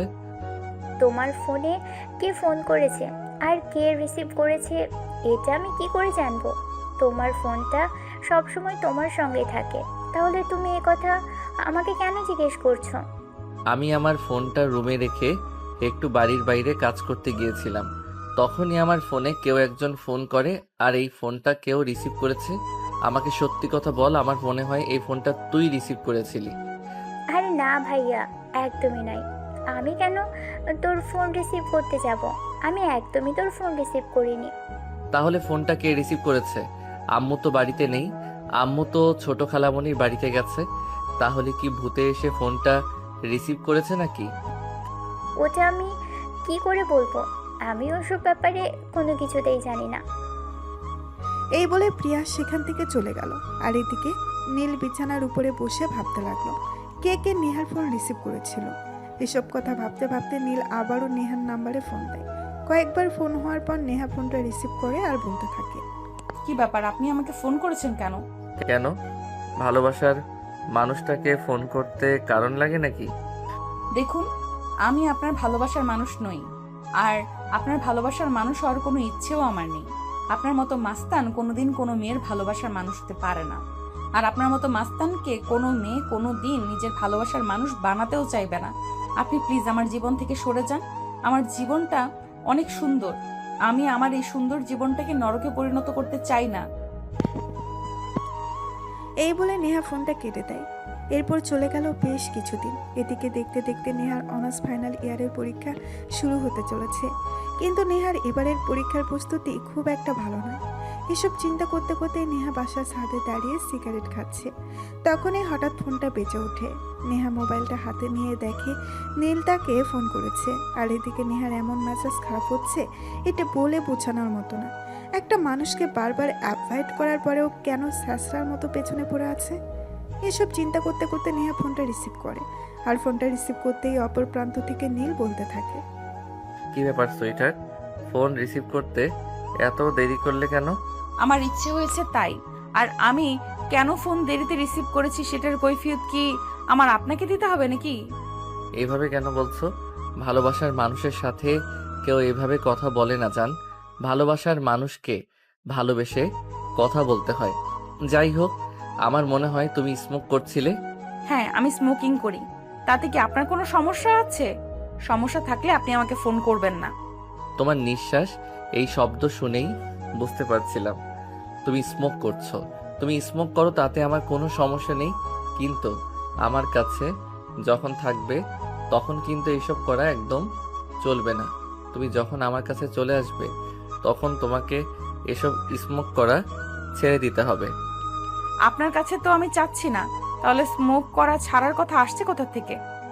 তোমাকে আসতে হবে না, আমি নিজে গিয়েই তোমাকে নিয়ে আসবো জান। আচ্ছা যাই হোক, বাদ দাও ওসব কথা। আমি শুনলাম আগামীকাল থেকে নাকি তোমার ভার্সিটির এক্সাম, তো এক্সাম প্রিপারেশন কেমন নিয়েছো? আমার এক্সামের প্রিপারেশন যেরকমই হোক না কেন, সেটা জেনে তো আপনার কোনো লাভ নেই। দেখুন, ও মা, তুমি আমার সঙ্গে এভাবে কেন কথা বলছো? তুমি আমার 10টা না 5টা না একটা মাত্র জানেমান। তোমার ব্যাপারে সব কিছু খোঁজ খবর তো আমাকে নিতেই হবে। এখন কিন্তু আমার খুব বেশি মেজাজ খারাপ হয়ে যাচ্ছে। দয়া করে এসব ফালতু কথা বলা থেকে দূরে থাকুন, আর আমাকে একটু শান্তিতে আমার মতো বাঁচতে দিন। কিন্তু আমি তো তোমাকে আমার কাছে নিয়ে আসতে চাই। রাখেন তো আপনার ফালতু কথা। আপনার ফালতু কথা শুনতে আমার একদমই ইচ্ছে করছে না। এই বলে নীলকে আর কোনো কথা বলার সুযোগ না দিয়ে নেহা ফোনটা কেটে দেয়। এরপর চলে গেল আরও কয়েকদিন। ইতিমধ্যে নেহার পরীক্ষা শুরু হয়ে গেছে। নেহা ভার্সিটি থেকে বাসায় ফিরে আসছে, তখনই হঠাৎ একটা ছেলে তার কাছে আসলো আর বলতে লাগলো, আসসালামু আলাইকুম আপু, আপনার জন্য একটা পার্সেল আছে। ওয়ালাইকুম আসসালাম। আমার জন্য আবার কে পার্সেল পাঠাবে? আমাকে পার্সেল পাঠানোর মতো কেউ নেই। আপনি হয়তো ভুল ঠিকানায় এসেছেন। না আপু, একদমই নয়, আমি একদম ঠিক ঠিকানায় এসেছি। আর এখানে আপনার একটা ছবিও দেওয়া আছে, যাতে আমি আপনাকে চিনতে ভুল না করি। তাই আমার ভুল হওয়ার কোনো চান্সই নেই। এই দেখুন, এটা আপনার জন্যই পাঠানো। আরে ভাই, আমি এত দেখাদেখি করতে পারবো না। আমি আপনাকে বললাম না আমাকে পার্সেল পাঠানোর মতো কোনো মানুষ নেই, তাই আমি আপনার এই পার্সেল নিতে পারবো না। আপনি পার্সেলটা যেখান থেকে এনেছেন সেখানে ফেরত পাঠিয়ে দিবেন। না আপু, আমি সেরকমটা করতে পারবো না, কারণ যে এই পার্সেলটা পাঠিয়েছে সে যদি জানতে পারে আমি আপনাকে পার্সেলটা দেইনি, তাহলে আমার সঙ্গে খারাপ কিছু হয়ে যাবে। তাই আমি কোনো রিস্ক নিতে চাই না। এই ধরুন আপনার পার্সেল। এই বলে ছেলেটা পার্সেলটা নেহার হাতে ধরিয়ে দিয়ে সেখান থেকে দৌড়ে চলে গেল। নেহা কিছুই বুঝতে পারছে না। তারপর তার মনে মনে কেমন যেন মনে হচ্ছে এই পার্সেলটা নীল পাঠিয়েছে। তাই সে পার্সেলটা নিয়ে বাড়িতে চলে গেল। নিজের রুমে গিয়ে পার্সেলটা খুলতেই দেখতে পেল ওতে একটা আইফোন 16 প্রো ম্যাক্স। মোবাইলটা আনবক্সিং করে অন করলো আর সঙ্গে সঙ্গে একটা মেসেজ আসলো। আমি জানি তুমি আমার সঙ্গে রাগ করে তোমার ফোন ভেঙে ফেলেছো, তাই তোমার জন্য এই ছোট্ট উপহার। দয়া করে আমার সঙ্গে অভিমান করে থেকো না। আমি তো তোমায় অনেক বেশি ভালোবাসি। তোমাকে ছাড়া থাকতে আমার খুব কষ্ট হয়। মেসেজটা পড়া শেষ করতে না করতে আরেকটা ফোন আসলো। নেহা ফোনটা রিসিভ করে। ফোন রিসিভ করেই নেহা বলতে থাকে, কি ব্যাপার, আপনি আমার জন্য আইফোন কিনে পাঠিয়েছেন কেন? এইটার কত টাকা দাম সেটা আপনি জানেন? যে তোমাকে আইফোন কিনে পাঠিয়েছে সে আইফোনের দাম জানে না এমনটা তুমি কল্পনা করো নাকি? তাছাড়া একটা কথা তোমায় বলি, আমার ভালোবাসার মানুষটার জন্য এইটুকু খুবই সামান্য। যে মানুষটা আমাকে না দেখে, আমাকে না চিনে আমাকে ভালোবাসতে পারে, সেই মানুষটা যেন আমি এইটুকু করতে পারবো না? আরে আমি তো আপনাকে বলেছি সম্পূর্ণ বিষয়টা, তারপরও কেন করছেন আপনি আমার সঙ্গে এরকম? আমি আপনার এই গিফট রাখতে পারবো না। আমার বাবা মা যদি জানতে পারে কেউ আমাকে এত দামি একটা ফোন গিফট করেছে, তাহলে আমার বাবা মা আমাকে মেরেই ফেলবে। জান পাখি, এত চিন্তা করার কোনো কারণ নেই। আমি কিছুদিনের মধ্যেই আমার আম্মুকে পাঠাবো তোমার আব্বু আম্মুর সঙ্গে কথা বলার জন্য। তাহলে তো সব ঝামেলা মিটে যাবে। আমি আপনার দুইটা পায়ে ধরি, আপনি দয়া করে এরকমটা করবেন না। আমার বাবা একটা মাস্তানের সঙ্গে আমাকে বিয়ে দিবে না, এটা একটু বোঝার চেষ্টা করুন। উফ জানিমান, এটা নিয়ে তোমার এত চিন্তা কেন? তোমার বাবা মাকে বুঝিয়ে সাজিয়ে যেভাবে তোমাকে আমার কাছে নিয়ে আসতে হয়, আমি সেভাবেই তোমাকে আমার কাছে নিয়ে আসবো। এটা তো আমি তোমাকে বলেছি। তুমি প্লিজ টেনশন করো না, নিজের শরীর স্বাস্থ্য খারাপ করো না। আর হ্যাঁ, পরীক্ষা শেষ হলে তোমার জন্য আরও একটা সারপ্রাইজ গিফট আছে। আমি আপনার কোনো সারপ্রাইজের গিফট চাই না। আপনি দয়া করে আমাকে আর কিছু পাঠাবেন না, এটা আপনার কাছে আমার রিকোয়েস্ট। তুমি বললেই তো হবে না জান পাখি। তুমি আমার 10টা না 5টা না, একটা মাত্র জান পাখি। তোমাকে আমি কোনো কিছু পাঠাবো না, এটা হতে পারে না। কিন্তু তোমাকে যখন যেটা মন চাইবে তখন আমি সেটাই পাঠাবো। আচ্ছা জান পাখি, এখন আমি রাখি, আমার একটু কাজ আছে। এই বলে নীল ফোনটা কেটে দেয়। আর এদিকে তখনই নীলের আম্মু তার রুমে আসে আর নীলকে বলতে থাকে, কিরে, তুই তো দেখছি ইদানিং সমাজসেবা করতে করতে নিজের পড়াশোনায় ভুলে যাচ্ছিস। তুই যে সামনে পরীক্ষা দিবি, এটা কি তোর মনে আছে?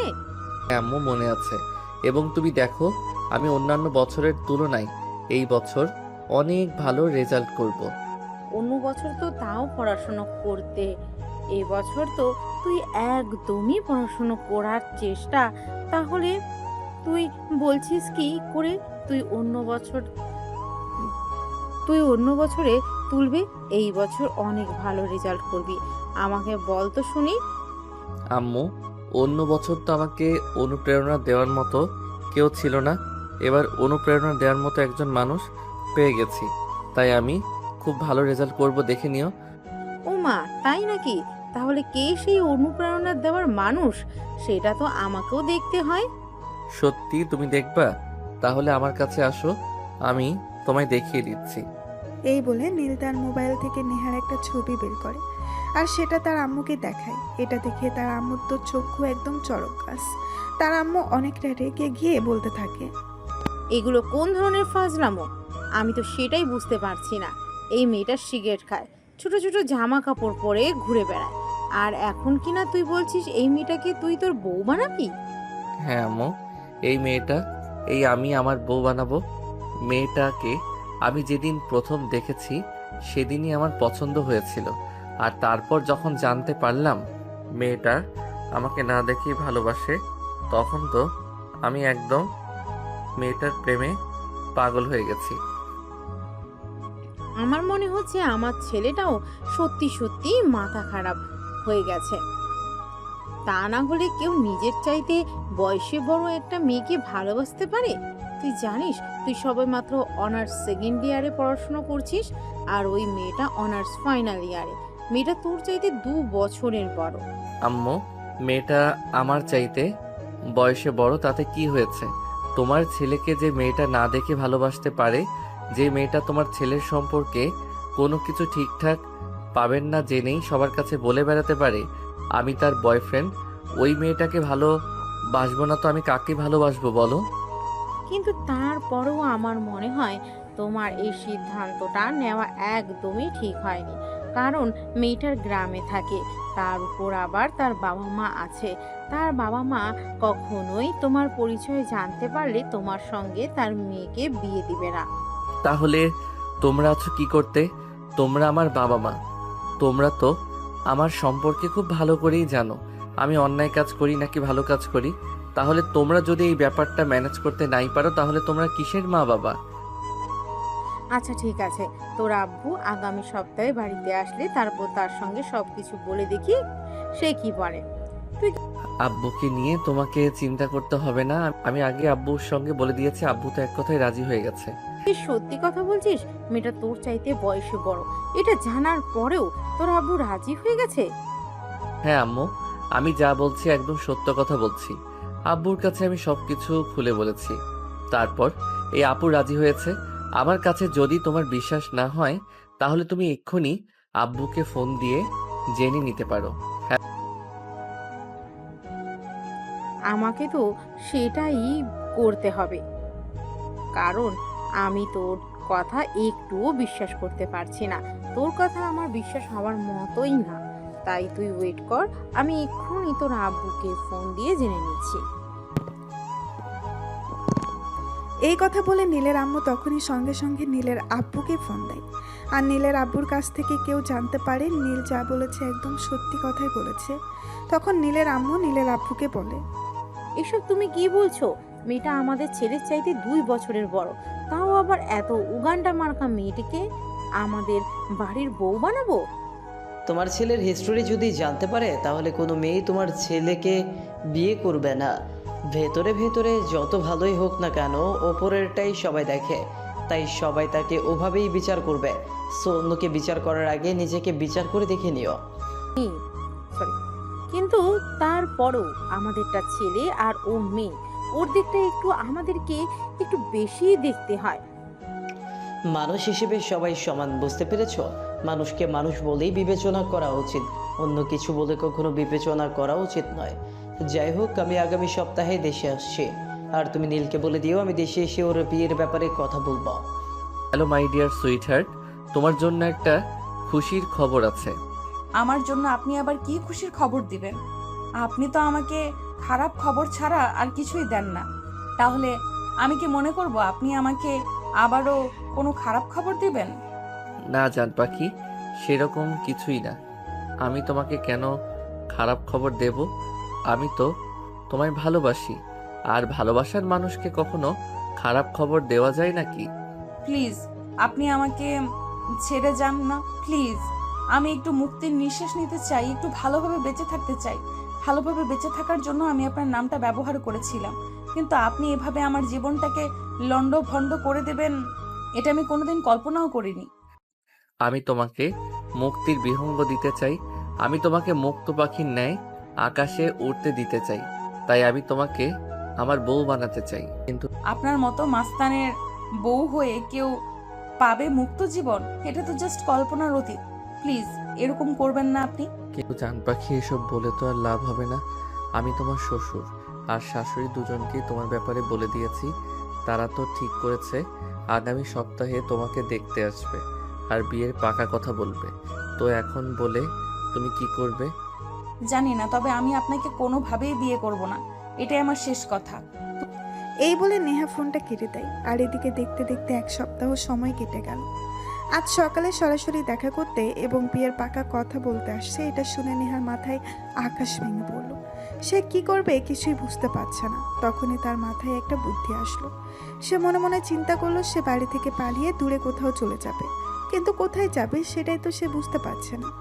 এইসব চিন্তা করতে করতে নিজের প্রয়োজনীয় কিছু জিনিসপত্র গুছিয়ে নিয়ে নেহা বাড়ি থেকে বের হয়ে পড়ে। প্রতিমধ্যে নেহা একটা অটো নেয় তার গন্তব্যস্থলে পৌঁছানোর জন্য। আর অটোটা মাঝ রাস্তায় গিয়ে নষ্ট হয়ে যায়। আর ঠিক তখনই একটা বড় গাড়ি তার সামনে এসে দাঁড়ায়, আর গাড়ি থেকে নীল নামে। নেহাকে দেখেও তার আসল পরিচয় প্রদান না করেই নেহাকে বলে, আরে এই যে আপু, আপনি এখানে কেন? তুই আবার আমার সঙ্গে কোনো ঝামেলা করতে এসেছিস?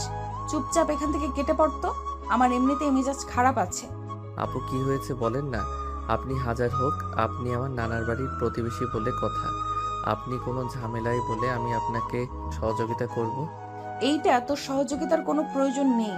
তুই এখান থেকে চুপচাপ চলে যা। এমনিতে আমার মেজাজ খারাপ আছে, তুই আর খারাপ করিস না। মানে এখান থেকে কেটে পড়ে এটাই তোর জন্য বেটার হবে। আরে কি বলছেন? সন্ধ্যা হয়ে আসছে, আপনি একটা মেয়ে মানুষ, আর আপনি যেখানে দাঁড়িয়ে আছেন এই জায়গাটা আপনার বাড়ি থেকে বেশ অনেকটাই দূর। এখান থেকে যদি আপনি বাড়িতে যেতে চান তাও কম হলে রাত 10টা বেজে যাবে। তো আপনি এখন এটাই বলুন যে কোথায় যাবেন, আমি আপনাকে নিজ দায়িত্বে পৌঁছে দেব। আরে ভাই, রক্ষা কর আমায়, আমার কোনো সাহায্যের প্রয়োজন নেই। আমি যেখানে যাচ্ছি একা পৌঁছে যেতে পারবো। তোরা যেখানে যাচ্ছিস যা, কিন্তু দয়া করে আমার বাড়ির কাউকে বলবি না আমি বাড়ি থেকে পালিয়ে যাচ্ছি। একটা শর্তে, আপনি মেয়ে মানুষ, আপনাকে আমি একা কোথাও যেতে দিতে পারি না। আপনি আমার সঙ্গে চলুন, আমি আপনাকে আপনার গন্তব্যস্থলে পৌঁছে দিব। নীলের এই কথা শুনে নেহা বেশ কিছু একটা নিয়ে চিন্তা করলো, আর তারপর নীলকে বলতে লাগলো। আচ্ছা ঠিক আছে, আমি তোর প্রস্তাবে রাজি, কিন্তু এই মুহূর্তে আমার এখান থেকে চলে যাওয়া চাই। তা না হলে আমার জন্য খুব বড় একটা বিপদ অপেক্ষা করছে। তার চাইতে বরং এইটাই ভালো হয় যে আমি তোর সঙ্গে যাই। এই বলে নেহা নীলের সঙ্গে গাড়িতে উঠে বসলো, আর নীল তখনই গাড়ি স্টার্ট করলো। তখনই হঠাৎ নেহা লক্ষ্য করলো নীল নেহার গন্তব্যস্থলের দিকে না যেয়ে অন্যদিকে গাড়িটা নিয়ে যাচ্ছে। এটা দেখে নেহা বলতে লাগলো। কি ব্যাপার, তোকে আমি এক জায়গার কথা বললাম আর তুই অন্য জায়গা থেকে গাড়ি নিয়ে যাচ্ছিস কেন? কি সমস্যা তোর? তুই আবার আমাকে কোনো ফাঁদে ফেলার চেষ্টা করছিস না তো? আরে না, এসব আপনি কি বলছেন? আমি এরকম চিন্তাও করছি না। আসলে ওদিকে রাস্তাটা খুবই খারাপ, তাই আমি আপনাকে এদিক দিয়ে নিয়ে যাচ্ছি। আসলে আমি তো আসার সময় ওই দিক দিয়ে এসেছি। আমি জানি রাস্তাটা খুব খারাপ, আর আসার সময় আমার অনেক কষ্ট হয়েছে, তাই এদিক দিয়ে যাচ্ছি। আপনি কোনো চিন্তা করবেন না, আপনি নিশ্চিন্তে থাকুন। আপনাকে আমি সময় মতো জায়গায় পৌঁছে দিব। মেয়েদের কথাই নেওয়া আরেকটা আশ্বস্ত হয়, আর একটু চুপ হয়ে বসে। তখনই হঠাৎ নেহার চোখটা লেগে গেল। নেহা এটা বুঝতেই পারলো না। নেহার যখন ঘুম ভাঙলো তখন সে নিজেকে একটা রাজকীয় রুমের মধ্যে আবিষ্কার করলো। তখনই নেহা চিৎকার করতে লাগলো। এই কে, কোথায় আছো? আমাকে এখানে কে নিয়ে এসেছে? প্লিজ সাড়া দাও। এই কথা বলে নেহা চিৎকার চেঁচামেচি করতে থাকে, কিন্তু আশপাশ থেকে কেউ নেহাকে সাহায্য করতে আসে না। তখনই নেহা হঠাৎ দেখতে পায় কেউ একজন রুমের দরজা খুলে প্রবেশ করছে। নেহা মাথা উঁচু করে দেখতে পায় সেখানে একটা মেয়ে এসেছে। তখনই নেহা মেয়েটাকে বলতে থাকে। এই মেয়ে কে তুমি, আর আমাকে এখানে নিয়ে এসেছো, এটা তুমি বলতে পারবে? আরে ভাবি, তুমি এভাবে চিৎকার চেঁচামেচি করছো কেন? এখানে তোমাকে তোমার ভালোবাসার মানুষটাই নিয়ে এসেছে, যাকে তুমি না দেখে ভালোবেসেছিলে, যার সম্পর্কে কোনো কিছু না জেনেই তাকে তুমি মন উজাড় করে দিয়েছিলে। সেই মানুষই তোমাকে এখানে নিয়ে এসেছে। মানে ওই নীল ইমতিয়াজ ছেলেটার কথা বলছো তুমি? হ্যাঁ, তুমি একদম ঠিক বলতে পেরেছো। আমার ভাইয়াই তোমাকে এখানে তুলে এনেছে শুধুমাত্র তোমার ভালোবাসার সততা প্রমাণ দেওয়ার জন্য। আমার ভাইয়া সত্যিই তোমাকে ভালোবাসে, আর তুমিও তাকে না দেখে ভালোবেসেছো। এটা জেনে তো আমার ভাইয়া এতটাই অনুপ্রাণিত হয়ে যে তোমাকে এভাবে তুলে এনেছে বিয়ে করার জন্য। এইসব কথা শুনে নেহার মাথায় যেন আকাশ ভেঙে পড়লো। সে ভাবতেই পারছে না যার জন্য এত কিছু করলো অবশেষে কিনা তার কাছেই ধরা পড়তে হলো। যার জন্য বাড়িঘর সব কিছু ছেড়ে চলে এসেছে অবশেষে কিনা তার খাঁচাতেই এসে ঢুকেছে। কিন্তু এটা কি করে হলো? তবে কি ওই ছেলেটা মানে নীল তার সাথে প্রতারণা করেছে? তাকে ভুল কথা বলে এই ছেলেটার কাছে এনে তুলেছে? কিন্তু সে কি করে এসব ব্যাপার জানতে পারে? এসবই চিন্তা করছিল নেহা। তখনই প্রিয়া নেহাকে উদ্দেশ্য করে বলতে লাগলো। ভাবি, ভাইয়া বললো তুমি নাকি গতকাল থেকে কিছুই খাচ্ছ না, তাই আমাকে বললো তুমি ঘুম থেকে উঠলে তোমাকে খাবার দিতে। তুমি কি খাবে? আমি তোমার জন্য বানিয়ে নিয়ে আসছি। আমি কিছুই খাবো না, আমি এখান থেকে চলে যেতে চাই। প্লিজ আমাকে এখান থেকে চলে যাওয়ার ব্যবস্থা করে দাও। তুমিও তো একটা মেয়ে হয়ে আর একটা মেয়ের সর্বনাশ হবে, এটা তুমি বসে বসে দেখছো? আমার ভাইয়ের মতো মানুষকে নিজের জীবনসঙ্গী হিসেবে পেতে চলেছে, তাতে তুমি খুশি নও, বরঞ্চ আমাকে এটা বলছো তুমি এখান থেকে পালিয়ে যাবে আর আমি তোমাকে সাহায্য করব? হ্যাঁ, নয়তো কি করব? তোমার ভাইয়া তো একটা গুন্ডা মাস্তান, তোমার ভাইয়ের মতো ছেলেকে কখনো ভালোবেসে বিয়ে করা যায় নাকি? তোমার কথা শুনে তো আমার মনে হয়েছে তুমি আসলে আমার ভাইয়ের সম্পর্কে কোনো কিছুই জানো না। তোমার ভাইয়া একটা গুন্ডা মাস্তান, শহরে তার রাজত্ব চলে, এর বেশি আর কি জানা চাই আমার? ও, এই ব্যাপার। তাহলে এতক্ষণে আমি বুঝতে পেরেছি তুমি শুধু আমার ভাইয়ের বাহিরের রূপটাই দেখে যাও, বৃত্তের রূপটা একটুও দেখোনি, তাই এভাবে কথা বলা যায়। যাই হোক, তুমি এখানেই থাকো, ভাইয়া একটু বাহিরে গেছে, হয়তো কিছুক্ষণের মধ্যেই চলে আসবে। এই বলে প্রিয়া সেখান থেকে বের হয়ে চলে গেল। আর এদিকে ঠিক তখনই নীলের আম্মু নেহা যে রুমে আটকা ছিল ওই রুমে আসে। নেহা ওনাকে দেখেই চিৎকার দিয়ে উঠে বলতে লাগে, তুমি বড় লোকের মেয়ে কাকে বলছো? আমি তোমার শাশুড়ি মা, আমাকে আম্মু বলে ডাকো। আর ওই বদমাসটার সঙ্গে তো দেখেছি আপনাদেরও মাথা খারাপ হয়ে গেছে। এসব কি বলছেন? ওই ছেলেটা আমাকে এখানে তুলে এনেছে আর আপনি কিনা বলছেন আপনি আমার শাশুড়ি মা? নীল ইমতিয়াজ যদি আমাকে এখানে তুলে এনে থাকে তাহলে আপনি আমার শাশুড়ি মা হন কিভাবে? আমি তো এটাই বুঝতে পারছি না। হ্যাঁ, আমি জানি তুমি এটা বুঝতে পারবে না, তাই আমি তোমাকে সহজ করে বলছি। আমার ছেলে যখন গ্রামের বাড়িতে গিয়েছিল তখনই তোমার সঙ্গে পরিচয় হয়, আর সে কোনোভাবে জানতে পারে তুমি সবার সঙ্গে বলে বেড়াও যে নীল ইমতিয়াজ তোমার বয়ফ্রেন্ড, কিন্তু তুমি জানতেই না তোমার সামনেই দাঁড়িয়েছিল নীল ইমতিয়াজ। তারপর আমার ছেলে তোমার ব্যাপারে আরো অনেক খোঁজ খবর নেয়। আমার ছেলে খোঁজ খবর নিয়ে জানতে পারে যে সত্যি তুমি আমার ছেলের নামে বলে মানুষকে ভয় দেখাও, আরো অনেক কিছু। তখনই আমার ছেলে মনে মনে ফোন কি করে তোমাকে করে কি করে তোমাকে একবার একটু চেক করে দেখবে, আর তার জন্যই তোমাকে ফেসবুকে নাম দেয়। আর তারপরেই আমাদের পাড়ার একজনের কাছ থেকে তোমার মোবাইল নাম্বার নেয় আর তোমার সঙ্গে কথা বলা কন্টিনিউ করতে থাকে। এসব আপনি কি বলছেন? আমি বিশ্বাস করি না আপনার কথা। আপনি আমাকে সম্পূর্ণ মিথ্যা কথা বলছেন। নীল ইমতিয়াজ আর আপনার ছেলে সম্পূর্ণ আলাদা মানুষ। আমি আপনার ছেলেকে দেখেছি, নম্র, ভদ্র, শান্তশিষ্ট একটা ছেলে। আর নীল ইমতিয়াজের কথা আমি সবার মুখে মুখে শুনেছি। সে প্রচন্ড রাগী, জেদি আর একগুঁয়ে। কেউ যদি তার কোনো কাজে বাধা হয়ে দাঁড়ায় তাহলে সে ওই মানুষটাকে তার পথ থেকে সরিয়ে দিতে 2 সেকেন্ড চিন্তা ভাবনা করে না। আর শহরের এমন কোনো ঝামেলা নেই যেটাতে সে ইনভলভ নেই। তুমি আমার ছেলের সম্পর্কে যেটা জানো তার সবটা সত্যি নয়। আমার ছেলে অন্যায়ের প্রতিবাদ করে মাত্র। আমার ছেলে কখনোই কোনো খারাপ কাজ করে না। যেখানে অন্যায় সেখানেই আমার ছেলে পৌঁছে যায়, আর অন্যায়কে সে বিন্দু মাত্র প্রশ্রয় দেয় না, সে শুধুমাত্র অন্যায়ের প্রতিবাদ করে। তবে কি আমি এতদিন যা শুনেছি তা সম্পূর্ণই ভুল? তবে কি আমার স্বপ্নের নীল ইমতিয়াজ আর বাস্তব নীল ইমতিয়াজ সম্পূর্ণ আলাদা দুজন মানুষ? হ্যাঁ, একদমই তাই।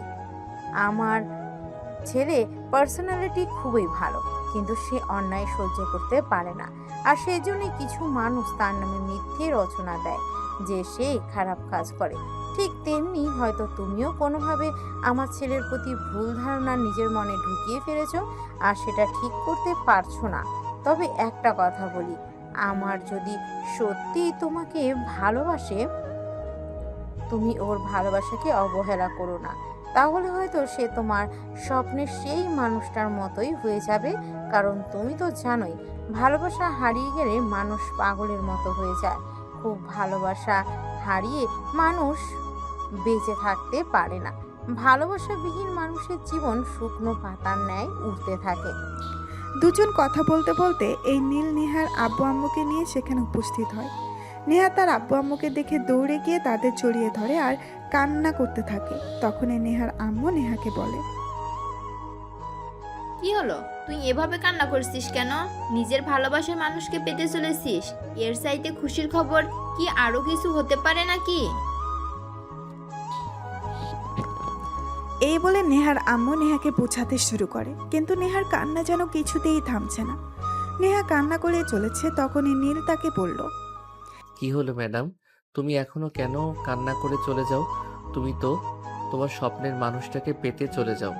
স্বপ্নের মানুষটাকে পাওয়া হয়ে গেলে কি কারোর চোখে জল আসে?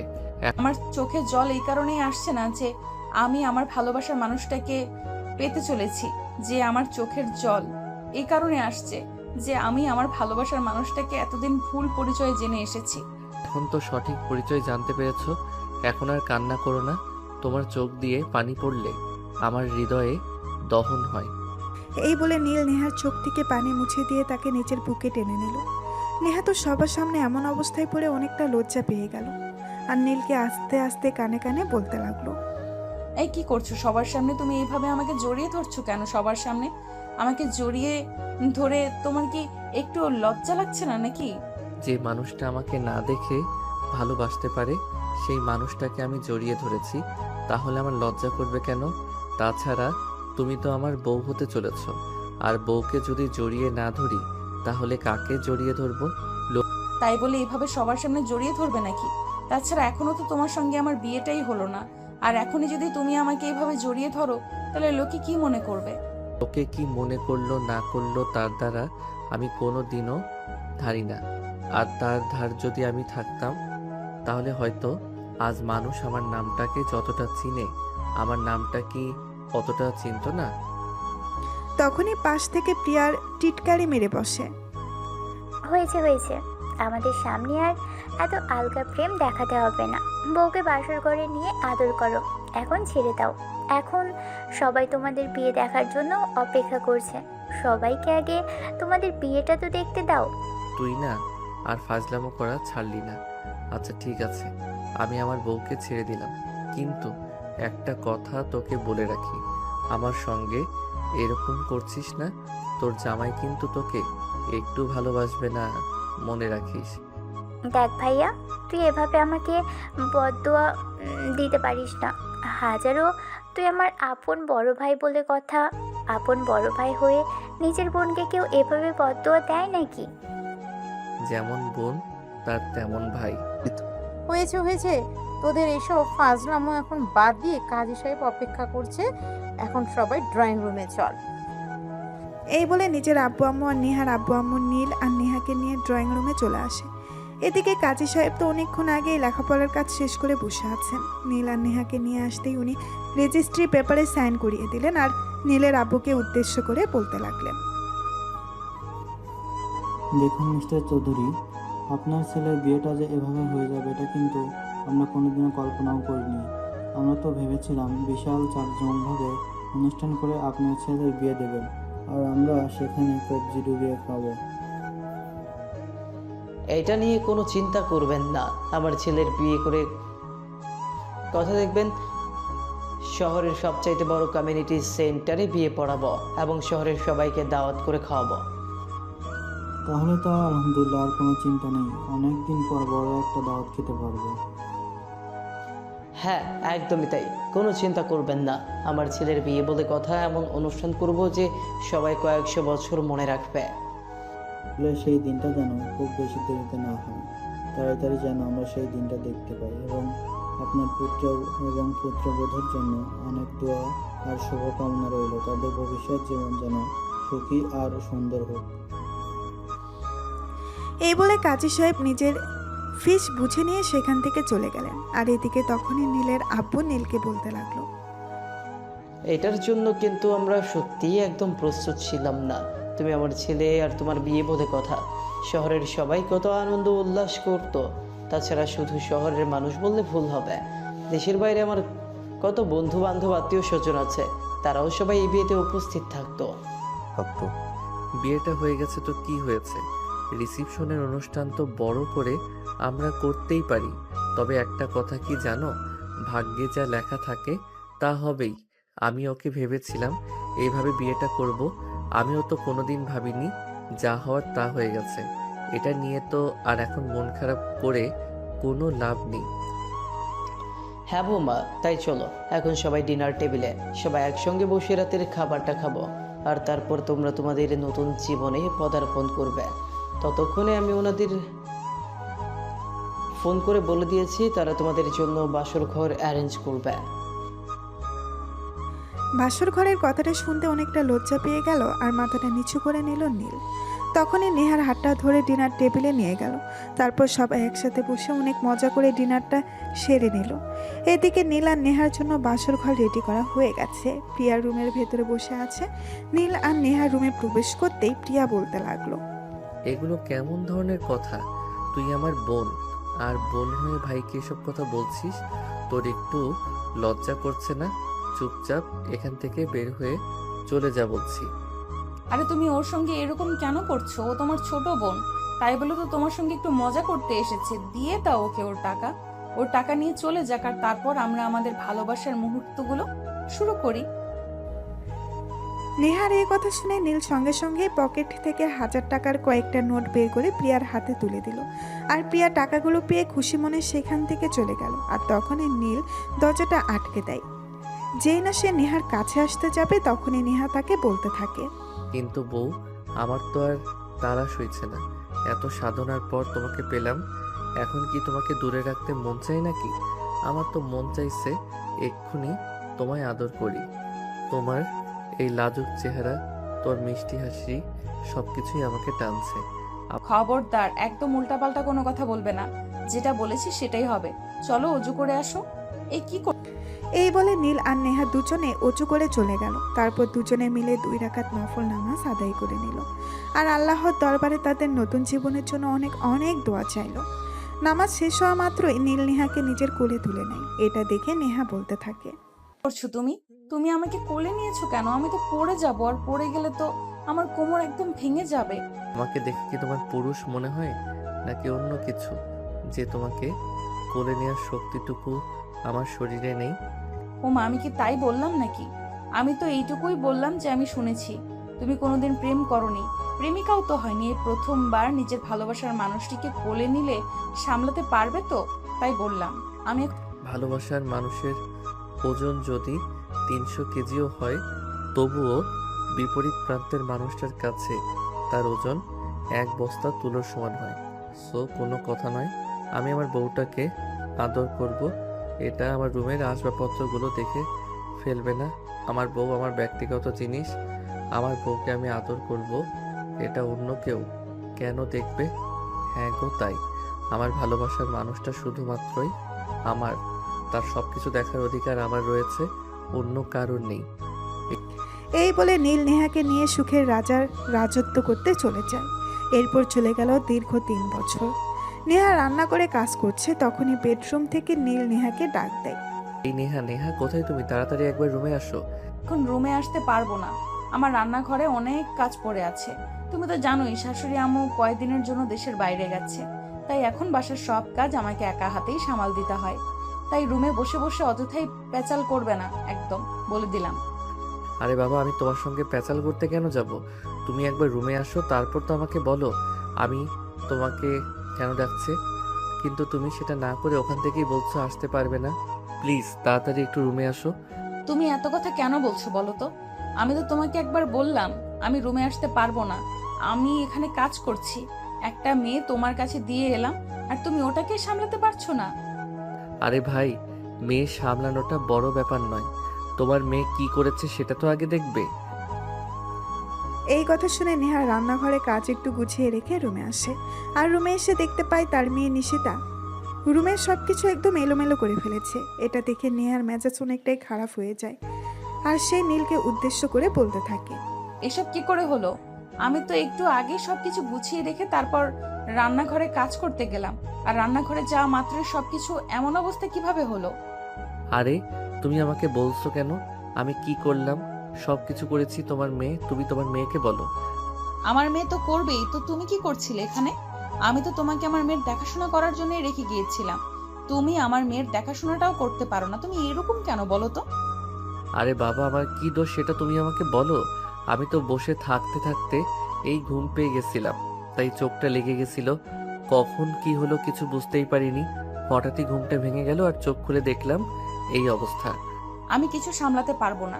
তোমার মেয়ে এসব কিছু করেছে, এখন তোমাকে সবকিছু সামলাতে হবে।